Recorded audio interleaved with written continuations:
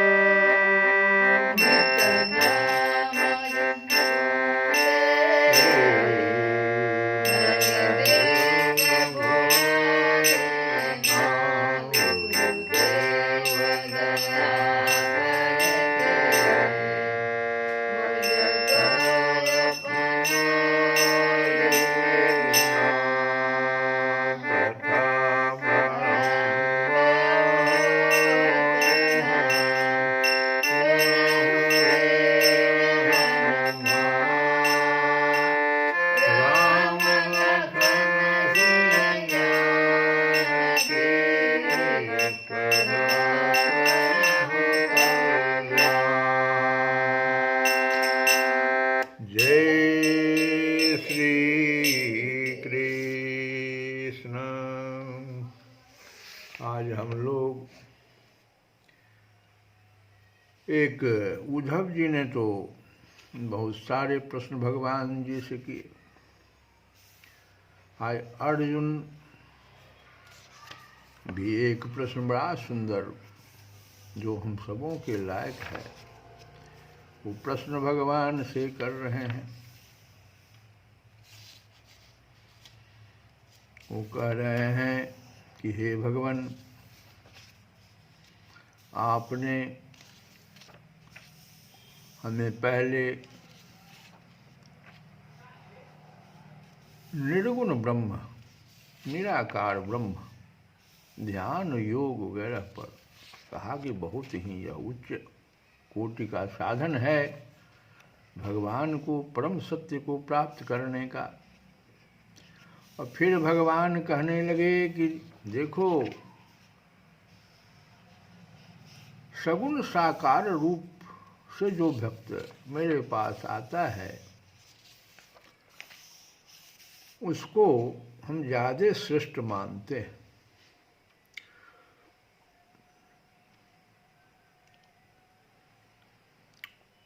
शुरू के श्लोक में ज्ञान योग की भगवान श्रेष्ठता बताए और ज्ञान प्राप्ति के लिए साधक को प्रेरित किया कि ज्ञान मार्ग से तुम मुझे परम सत्य को, मुझे मतलब परम सत्य को समझ सकते हो। लेकिन बाद के अध्यायों में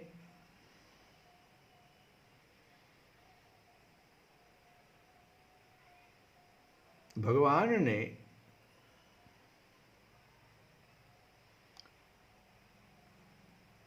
निर्गुण निराकार की उपासना का महत्व बताया। फिर भगवान कहते हैं कि भक्त की महिमा ज़्यादा श्रेष्ठ है। तो अर्जुन पूछ रहा है, अर्जुन के मन में यह जिज्ञासा उत्पन्न हुई कि सगुण भगवान की उपासना करने वाले और निर्गुण ब्रह्म की उपासना करने वाले, दोनों में से कौन से उपासक श्रेष्ठ हैं? क्योंकि हे भगवान, मैंने अभी अभी आपका विराट स्वरूप देखा है। इससे पहले वाले अध्याय में भगवान के विराट स्वरूप को अर्जुन देख लिया।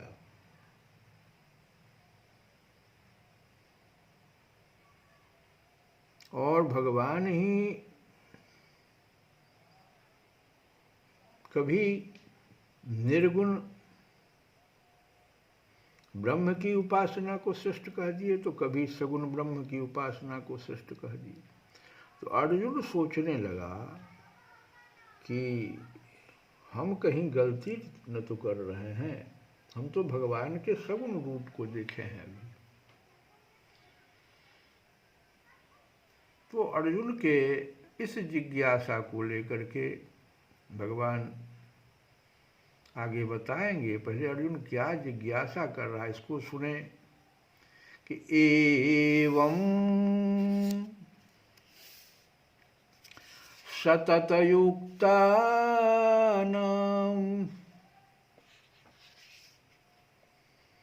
एवं सततयुक्ताये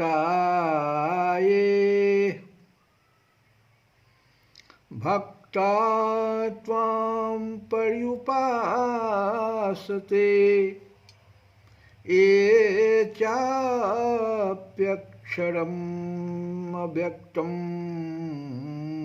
तेषां के योगवित्तमाः।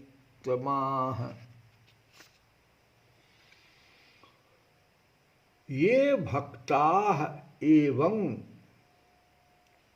जो भक्त इस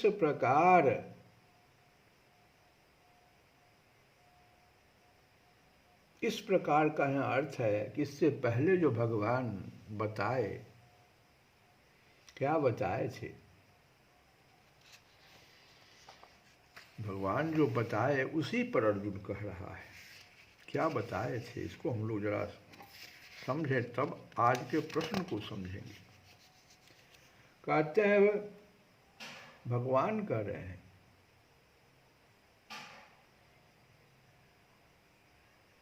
कि पांडव यह मत कर्म कृतो मत परम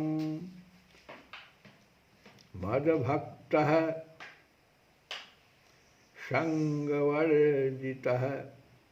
हे पांडव, जो मेरे लिए ही कर्म करने वाला, मेरे ही परायण और मेरा ही प्रेमी भक्त है, तथा सर्वथा आसक्ति रहित है, और सर्वभूतेषु निर्वैरः सः माम एति, प्राणी मात्र के साथ वैर भाव से रहित है, वह भक्त मुझे प्राप्त होता है।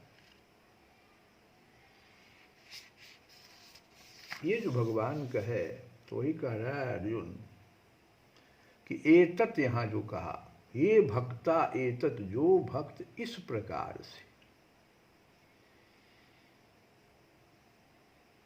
निरंतर आप में लगे रहकर सतत युक्ताः त्वाम पर्युपासते, आप सगुण साकार की उपासना करते हैं।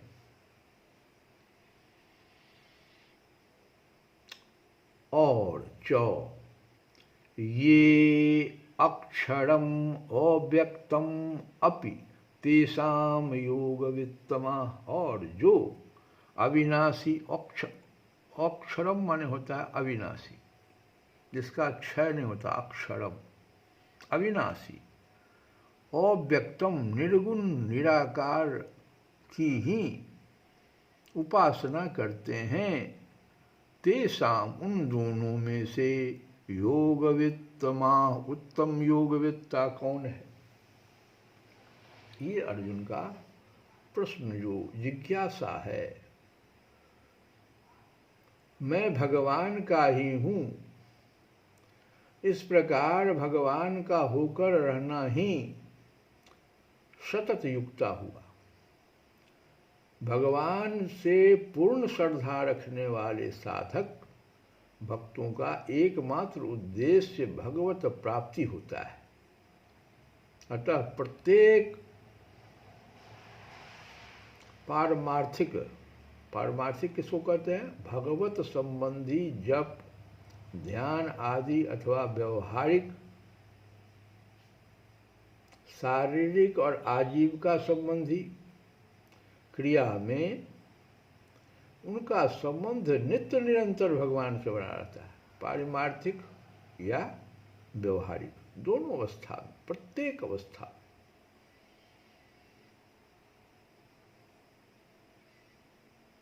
पारमार्थिक क्या हुआ? भगवत संबंधी जप ध्यान जो कर रहा है।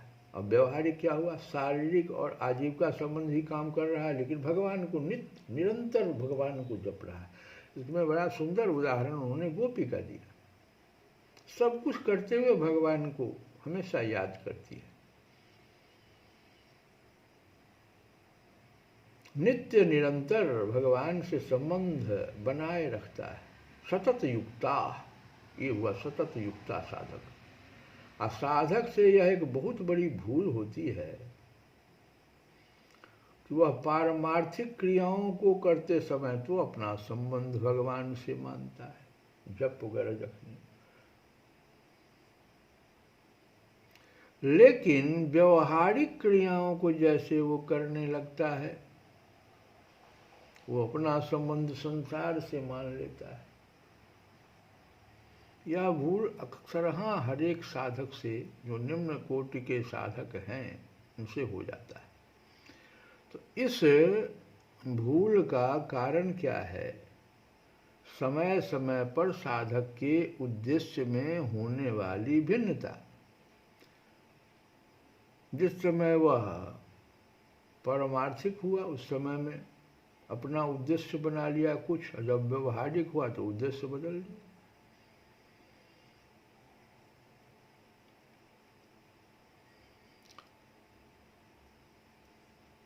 और इसी के कारण उसका संबंध निरंतर सतत युक्ता नहीं हो पाता, भगवान के साथ नहीं रहता है। अगर वह अपने जीवन के एकमात्र उद्देश्य भगवत प्राप्ति को ठीक ठीक पहचान ले, तो उसकी प्रत्येक क्रिया भगवत प्राप्ति का साधन हो जाएगा। भगवत प्राप्ति का उद्देश्य हो जाने पर भगवान का जप, स्मरण, ध्यान आदि करते समय तो उसका संबंध भगवान से है ही, किंतु व्यवहारिक क्रियाओं को करते समय भी, जैसे अपने पति का भोजन बना रही है, या पति ही अपने पत्नी के लिए कुछ क्रिया कर रहा है, कुछ सामान ला रहा है, कुछ उसकी प्रसन्नता के लिए कुछ क्रिया कर रहा है, तो हमेशा दोनों ये उस समय सोचे कि मैं तो भगवान के लिए कर रहा हूँ, भगवान ही तो पत्नी रूप में या पति रूप में मुझे प्राप्त है, पति को पत्नी के रूप में या पत्नी को पति के रूप में। तो हम अगर वैसा भाव करके व्यवहारिक क्रियाओं के समय भी नित्य निरंतर भगवान में ही लगा हुआ अगर वो समझता है, तो वही हुआ सतत युक्ता। अगर क्रिया के आरंभ और अंत में साधक का भगवान स्मृति है, तो क्रिया करते समय भी उसकी निरंतर संबंधनात्मक भगवत स्मृति रहती ही है, ऐसा मानना चाहिए। जैसे उदाहरण बड़ा अच्छा है कि बही खाते में जोड़ लगाते समय, बही खाता है उसमें सब जोड़ना है उसको, तो व्यापारी की वृत्ति क्या रहती है, इतना व्यापारी तल्लीन होता है कि मैं कौन हूँ और जोड़ क्यों लगा रहा हूँ इसका भी ज्ञान नहीं रहता उस समय, केवल जोड़ के अंकों की ओर ही उसका ध्यान रहता है। जोड़ शुरू करने से पहले और उसके मन में यह धारणा बनी रहती है कि मैं अमुक व्यापारी हूँ तथा अमुक कार्य के लिए जोड़ लगा रहा हूँ, और जोड़ लगाना समाप्त करते ही पुनः उसमें उसी भाव की स्फुरना हो जाती है कि मैं अमुक व्यापारी हूँ, अमुक कार्य के लिए जो काम कर रहा हूँ। अतः जिस समय वह तल्लीनतापूर्वक जोड़ लगा रहा है, उस समय भी कि मैं अमुक व्यापारी हूँ और अमुक कार्य कर रहा हूँ, इस भाव की विस्मृति दिखते हुए भी वस्तुतः विस्मृति नहीं मानी जाती। इसी प्रकार यदि कर्तव्य कर्म के आरंभ और अंत में साधक का यह भाव है कि मैं भगवान का ही हूँ और भगवान के लिए ही कर्तव्य कर्म कर रहा हूँ, इस भाव में उसे थोड़ी भी शंका नहीं है, तो जब वह अपने कर्तव्य कर्म में तल्लीनता पूर्वक लग जाता है, उस समय उसमें भगवान की विस्मृति दिखते हुए भी वस्तुतः विस्मृति नहीं मानी जाएगी। ये हुआ सतत युक्ता।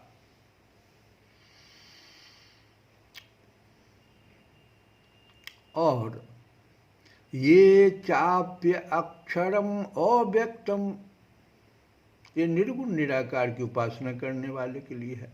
पहले तो ये अभी जो सतत युक्ता तो सगुण निराकार हो गए, भगवान का कोई रूप है सगुण, उसके लिए हम जो है उसी रूप का ध्यान रख करके साधना कर रहे हैं, उसी में अपने मन को लगा दिया, ये सगुण साकार हो गया। अब यहाँ पर है निर्गुण निराकार की उपासना करने वाले साधकों का, तो अर्जुन को ये जो शब्द लगा दिया, उसका मतलब है कि अविनाशी सच्चिदानंद घन परम ब्रह्म का जो किसी इंद्रिय का विषय नहीं है, इंद्रियों से तो उसका क्या चिंतन किया जाएगा, अविनाशी सच्चिदानंद घन स्वरूप, अब इंद्रियों को समझ में कहाँ से आएगा। उसे अव्यक्त कहते हैं, यहाँ अव्यक्तम अक्षरम ये सब जो विशेषण दे दिया गया है, तो ये ध्यान के समय में कैसे समझ में आएगा, ऐसा भाव कैसे बनेगा। यहाँ साकार उपासकों की तुलना में निराकार उपासकों का जो ये सब भाव दिया गया, ये कैसे प्राप्त होगा। अर्जुन जब इसको समझता है तो भगवान से ही पूछता है कि भगवान हम जो कर रहे हैं, हम तो आपके सगुण साकार रूप का उपासना कर रहे हैं, तो हमसे कोई गलती न तो हो रही है। ये अर्जुन को शंका हो गया, जिज्ञासा भगवान से व्यक्त कर दिया। और तब हम लोग कल की कथा में इसका जो भगवान उत्तर दे रहे हैं उसको समझेंगे कि भगवान क्या कहते हैं इस पर।